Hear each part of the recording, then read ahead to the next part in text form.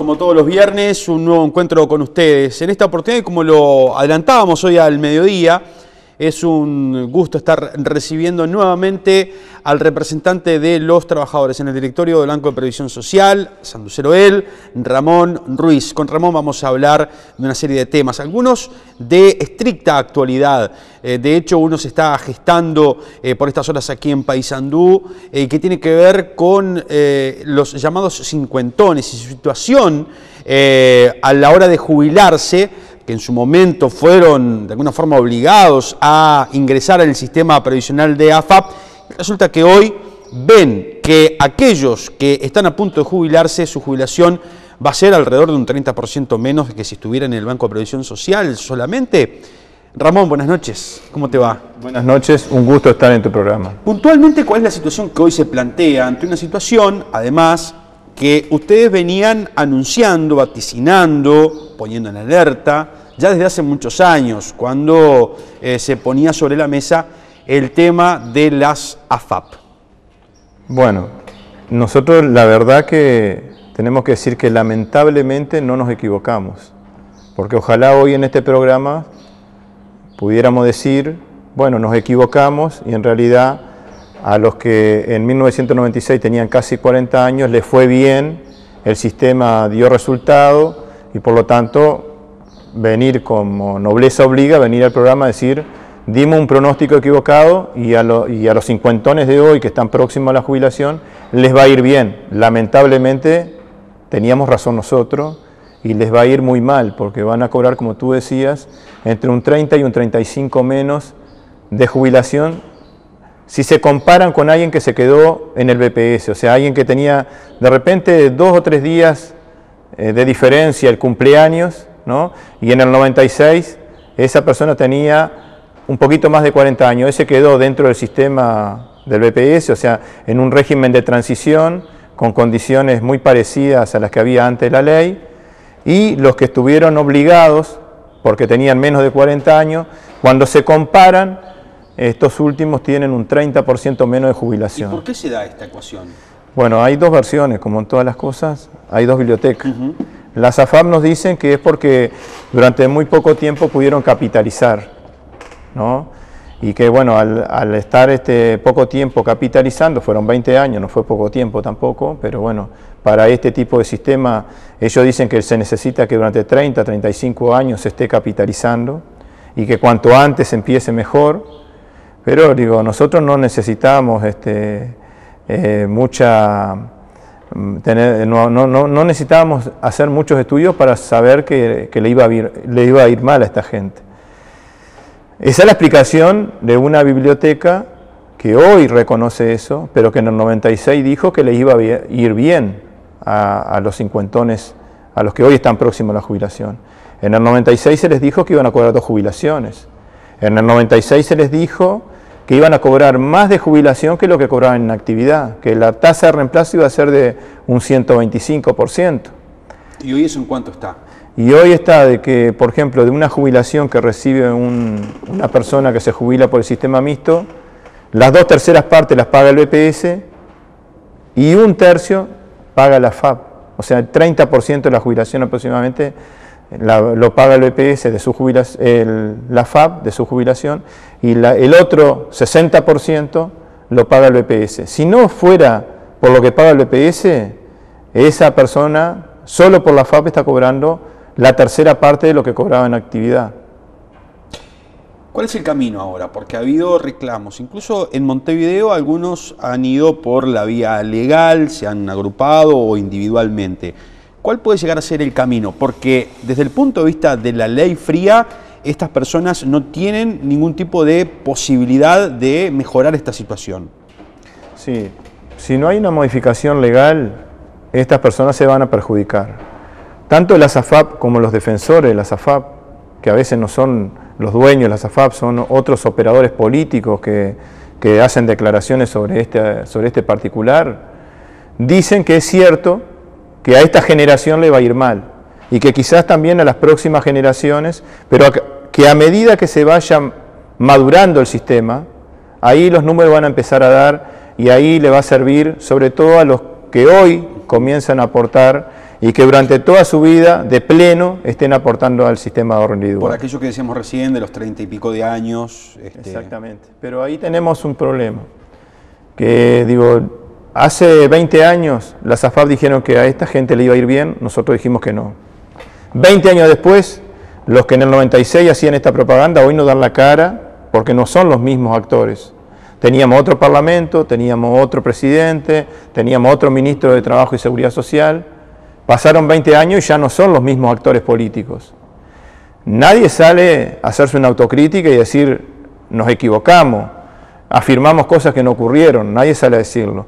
Pero las AFAP, con otra cara, con maquilladas, digamos, con rostro de joven, dicen que si las generaciones que hoy que ingresan al mercado laboral, a eso sí dice que le va a ir bien, a esa generación dice que sí le va a ir bien, que a esto les va mal, que a esto les va a ir mal, pero que a los jóvenes les va a ir bien. Nosotros ya hicimos proyecciones y resulta que en el mejor de los casos las AFAP le van a pagar de jubilación a esos jóvenes aproximadamente un 25%, o sea, la cuarta parte de lo que cobran en actividad. Quiere decir que va a ser muy baja la prestación que van a recibir esos jóvenes. En el 96 dijimos que a esta generación le iba a ir mal. Hoy estamos diciendo que a los jóvenes le va a ir mal. En el 96 las AFAP le dijeron a esta generación que se jubila ahora que le iba a ir bien. Y ahora le prometen a los jóvenes, cuando ya incumplieron una promesa, le prometen a los jóvenes que a ellos sí le va a ir bien. La verdad, nosotros no les creemos. ¿Qué pasa entonces, o cuáles pueden ser los caminos para dar una respuesta a quienes hoy están reclamando justamente y están en la situación de 50 años o próximo a jubilarse? Si hay una cosa que es bien clara, es que el camino no es la salida individual. Porque en seguridad social es imposible la salida individual. Por eso las AFAP que promueven el individualismo son una cosa extraña a la seguridad social. La seguridad social tiene que estar basada en la solidaridad del que trabaja con el que no trabaja, en la solidaridad del que está sano y puede trabajar y puede aportar con aquel que por alguna situación particular, pero totalmente justificada, no pudo trabajar. Por ejemplo, las personas con discapacidad. Esas personas van a necesitar de la solidaridad de un sistema de seguridad social. Pero además es entre las generaciones, no es solamente los que hoy estamos trabajando con los que hoy no pueden trabajar, sino que yo le estoy pagando la jubilación a mi padre y mis hijos me van a pagar mi jubilación, o sea que hay también una solidaridad entre las generaciones. Y porque además, si por 5 minutos hacemos un esfuerzo y nos imaginamos este país sin la seguridad social y que cada uno se arregle solo cuando falta la salud, cuando falta el empleo, cuando falta el ingreso, imagínense por 5 minutos de que cuando me enfermo me tengo que arreglar solo. Y bueno, y los medicamentos y el tratamiento y la falta de ingreso lo tengo que resolver solamente en forma individual, sin la solidaridad. ¿Cuál sería la suerte que voy a correr? Si pierdo el empleo y tengo que afrontar esa contingencia solo, sin la ayuda, sin la solidaridad de los demás, ¿cómo estaría en esa situación? Si pierdo el trabajo y no estuviera el seguro de paro, ¿cuál sería la situación en la que me encontraría si yo tengo que enfrentar esa situación solo? Por eso es muy importante la solidaridad. Entonces, la salida a esta situación no es la salida individual. Nosotros tenemos conocimiento de que hay trabajadores que están haciendo lo que se llama una audiencia de conciliación con el Parlamento. Todavía no es una demanda. Es una audiencia de conciliación y si no se ponen de acuerdo ahí, las partes pueden hacer una demanda, sobre todo la parte damnificada. Bueno, en este caso todavía no hay una demanda, sino que hay audiencias de conciliación. El reclamo es que el Parlamento en 1996 votó una ley que los perjudicó. Entonces es por daños y perjuicios. ¿Por qué decimos que esta no es la salida? En primer lugar porque es individual. O sea, solamente va a resolver la situación de esa persona que se presenta y eso no genera obligación con los demás. ¿Y entonces cuál es el camino que están proponiendo? Bueno, nosotros proponemos que se convoque al Diálogo Nacional de Seguridad Social, que este sea un tema de discusión porque no es el único, y que a partir del diálogo se llegue a un acuerdo y que ese acuerdo se transforme en una ley. en este sentido, en el sentido de que esos trabajadores puedan desafiliarse la FAP, volver al BPS, que los fondos que tienen en su cuenta individual pasen para el Banco de Previsión Social y que el Banco de Previsión Social se haga cargo del pago de la jubilación por el total de su salario en el BPS. Esto necesita una reforma. Esto necesita, por lo menos, que la ley 19.162, que permitió la desafiliación de algunos y la revocación del artículo 8, se amplíe para este colectivo. Nosotros ahora estamos estudiando la formulación de la propuesta. ¿Por qué? Porque no todos los cincuentones se perjudican de la misma manera. No es lo mismo ¿Cómo es eso? Seguro, no es lo mismo una persona que hoy tiene 59 años, esa persona de repente el perjuicio va a ser entre un 30 y un 35%. Y si posterga la edad hasta los 67, 68 años, puede ser que en lugar de un 30, un 35 pierda un 15% o un 17%. O sea, porque en el ahorro individual, si yo postergo la edad, aporto más, capitalizo más y por lo tanto voy a tener de repente una renta mayor. Lo que la gente a veces no se pone a pensar es que en lugar de disfrutar de mi jubilación a partir de los 60 años, voy a disfrutar a partir de los 67. Por lo tanto, el tiempo que me van a pagar esa prestación va a ser menor, por un tema de la expectativa de vida a los 67, no es lo mismo que la expectativa de vida a los 60. Entonces digo, nosotros no es lo mismo una persona que tiene 51 años, que de repente a los 60 va a tener un perjuicio de alrededor del 15-20%, y cuando llegue a los 65, 66 todavía va a tener un perjuicio de un 8, un 10%. O sea, los perjuicios son distintos y nosotros tenemos que buscar una solución única para todos, porque hay que buscar una solución para el conjunto, no para algunas situaciones en particular. Hoy el país está viviendo una situación particular, estamos en pleno proceso parlamentario de estudio de la ley de presupuesto, estamos en medio de reclamos y movilizaciones, seguramente este no sea el momento más adecuado para convocar ese diálogo social. ¿Cuándo piensan ustedes que sea el mejor momento, una vez que sea aprobado, que pase toda esta situación, por lo menos de análisis y aprobación del presupuesto? Había un empresario que fue director del EPS, Pra de apellido, ¿no? Dapra, perdón, que él decía que cuando hay conflicto, cuando hay diferencia, es cuanto más negociación tiene que haber, cuando más diálogo tiene que haber.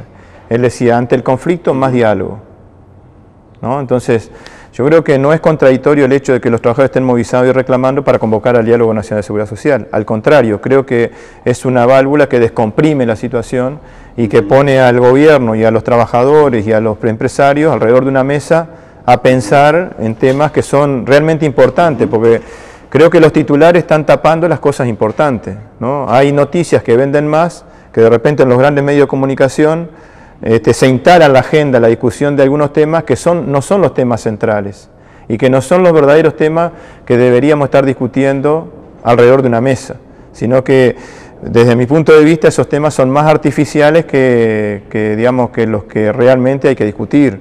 ¿La idea es entonces cuál es poder antes de fin de año poder convocarlo? Lo antes posible el Poder Ejecutivo tiene que convocar al Diálogo Nacional de Seguridad Social.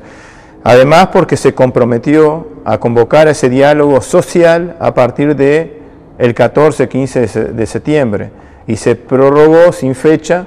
Nosotros creemos que antes de fin de año debe estar instalado y seguramente el desarrollo del diálogo, las discusiones del diálogo van a ser en el 2016. Tenemos que apurarnos porque hay una generación entera que está golpeando la puerta para jubilarse. En el 2016 comienzan a jubilarse los trabajadores que en el 96 tenían menos de 40 años. En conclusión, ¿cuál es el mensaje, al menos del equipo de representación de los trabajadores en el EPS, a todos esos ciudadanos, esos sanduceros que están en esta situación que hemos venido planteando? ¿Cuál es el mensaje claro entonces que se le puede transmitir? Y el mensaje es que en ese diálogo social nosotros tenemos que apostar a llegar a un acuerdo con el Poder Ejecutivo, con todos los otros actores. Ahí tiene que participar la oposición, tiene que participar todos los ministerios involucrados con la protección social, como el MIDE, Salud Pública. Tiene que participar, por supuesto, el BPS, el Ministerio de Trabajo, tiene que participar también el Ministerio de Economía, porque tiene cosas para decir en los temas de seguridad social. Entonces, al llegar a un acuerdo ahí, ese acuerdo se tiene que transformar en ley. Nosotros apostamos a ese mecanismo, porque además, si puede ser que un juzgado le dé la razón al trabajador y otro no, y ahí tenemos un tema de desigualdad. Puede ser también que, se le dé la razón al trabajador, pero eso no cambia la ley, simplemente le paga una indemnización, pero le van a liquidar la jubilación, tal como dice el sistema mixto, y lo que le van a pagar es una partida, y la ley queda intacta, sin ningún tipo de reforma. Entonces, lo que tengo que apuntar es una reforma integral de la seguridad social. Este puede ser un paso hacia esa reforma, como fue la posibilidad de que algunos salieran, era un paso. Nosotros decimos, esto no es el final de la película, esto es un paso que posibilita avanzar hacia una reforma más estructural. Y dijimos, con esto no estamos arreglando los problemas que va a tener el sistema mixto, se van a empezar a manifestar otros problemas. Bueno, ahora tenemos el problema de los cincuentones, podemos seguir poniendo parches, y nosotros no nos negamos a seguir avanzando, a seguir caminando, paso a paso, pero pensando de que el final del camino en realidad es una reforma profunda de la seguridad social, integral, que descanse ese nuevo sistema sobre los principios de la solidaridad, de la universalidad, de la sostenibilidad, de la suficiencia.